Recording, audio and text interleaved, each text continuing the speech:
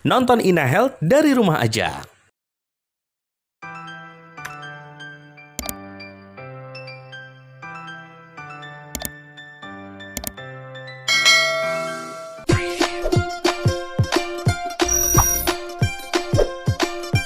Halo, pernah merasakan lutut susah ditekuk nggak? Atau setelah ditekuk mungkin lututnya sakit buat diluruskan? Wah, kira-kira kenapa nih? Jangan-jangan itu suatu tanda radang sendi lutut. Terus kemudian gejalanya apa saja mungkin ya? Ya, jangan anggap sepele masalah seperti ini, karena bagaimanapun juga ini dapat mengganggu aktivitas kita. Yuk, kita bahas di Hi Doc Ina Health bareng saya, Dr. Robi pastinya. Yuk, kita lanjut ke pertanyaan pertama. Yang pertama adalah, Hi Doc, umur saya 38 tahun. Kaki saya kalau buat nekuk dan diluruskan sakit rasanya. Apakah ini tanda penyakit atau apa ya? Saya kerjanya juga nggak angkat junjung loh. Mohon dijawab. Ya benar, ini merupakan suatu tanda dari kemungkinan gejala atau radang sendi lutut. Nah, bagaimana gejalanya? Yaitu tadi, yaitu dengan adanya kekakuan pada sendi, terutama pada saat ketika kita istirahat, kemudian kita berupaya untuk melakukan aktivitas, misalnya dari posisi duduk ke berdiri, dan transaksi terkunci itu juga bisa merupakan suatu awal gejala dari tanda radang sendi lutut. Dan gejala lainnya adalah berupa adanya nyeri. Nyeri ini terutama timbul di daerah sendi lutut itu sendiri, kemudian akan menghilang ketika kita melakukan aktivitas yang ringan atau bahkan saat beristirahat.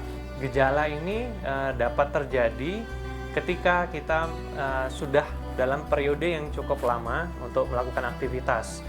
Dan ini juga bisa disertai tidak hanya di sendi lutut, bisa di sendi-sendi besar lainnya.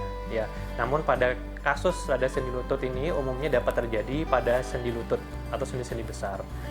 Ya, yuk mari kita lihat pertanyaan kedua. Hai dok, apakah nyeri sendi lutut ini sama dengan asam urat atau merupakan gejala awal pengapuran ya? Oke, ya gejala pada asam urat itu memang sedikit berbeda dengan pada sendi lutut umumnya.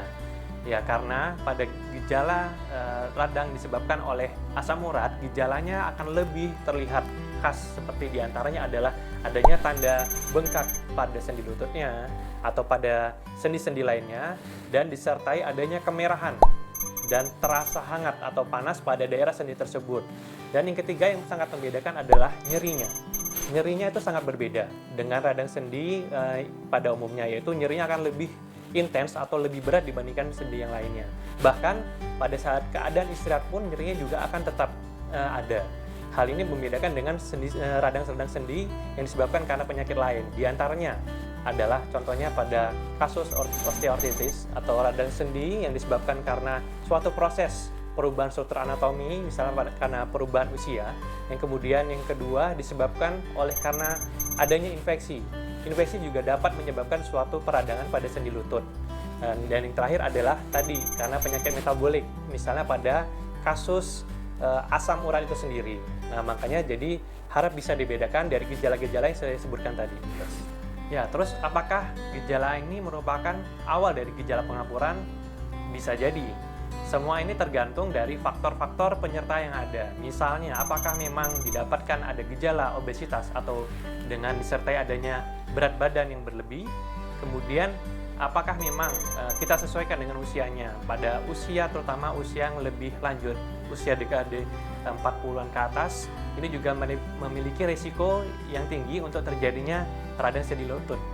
Nah, untuk membedakannya tersebut, maka kita harus melihat dari gejala-gejala yang saya sebutkan tadi, yaitu apakah ada tanda kemerahan dan sebagainya.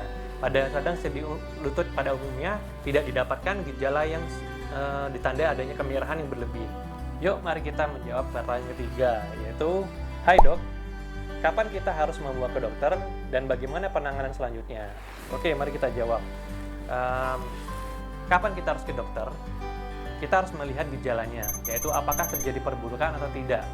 Misalnya, apakah nyeri tersebut dapat mengganggu aktivitas kita sehari-hari. Misalnya, kita awalnya mungkin jalan bisa dengan jarak tempuh yang cukup jauh, misalnya sampai dengan berapa kilometer, kemudian dengan adanya nyeri yang dirasakan memberat ini, mungkin dapat membatasi jarak tempuh kita tersebut atau dapat mengganggu aktivitas kita tersebut. Nah, itu yang pertama. Yang kedua, apabila didapatkan gejala yang semakin memberat, misalnya yang tadinya tidak disertai dengan tanda-tanda radang, tidak terdapat tanda-tanda kemerahan atau nyerinya semakin intens, kemudian bertambah berat, maka kita sebaiknya harus membawa ke dokter supaya dapat penanganan lebih lanjut. Nah, kemudian bagaimana penanganan selanjutnya? Penanganan selanjutnya adalah yang bisa dilakukan di rumah yang pertama. Tentunya itu dengan mengkonsumsi obat-obatan anti nyeri yang paling ringan seperti golongan paracetamol. Kemudian apabila didapatkan nyeri-nyeri tidak membaik setelah pemberian obat-obatan, maka kita perlu aware dan perlu memeriksakan ke dokter.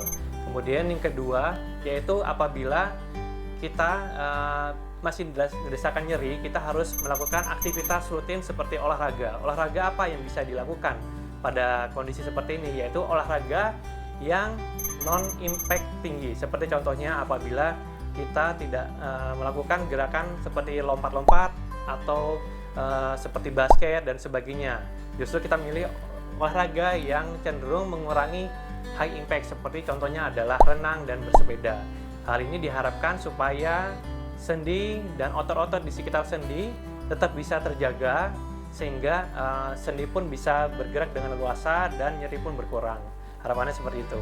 Nah, itu tadi jawaban dari pertanyaan yang sudah masuk ya. Sudah paham kan sekarang? Oke, memang kita harus menjaga kesehatan agar lancar dalam beraktivitas. Tetap mengkonsumsi makanan bergizi dan olahraga yang teratur. Dan apabila ada keluhan, tidak ada salahnya konsultasikan ke dokter. Oke, saatnya saya Dr. Robi pamit dan ketemu lagi di lain kesempatan. Sampai jumpa.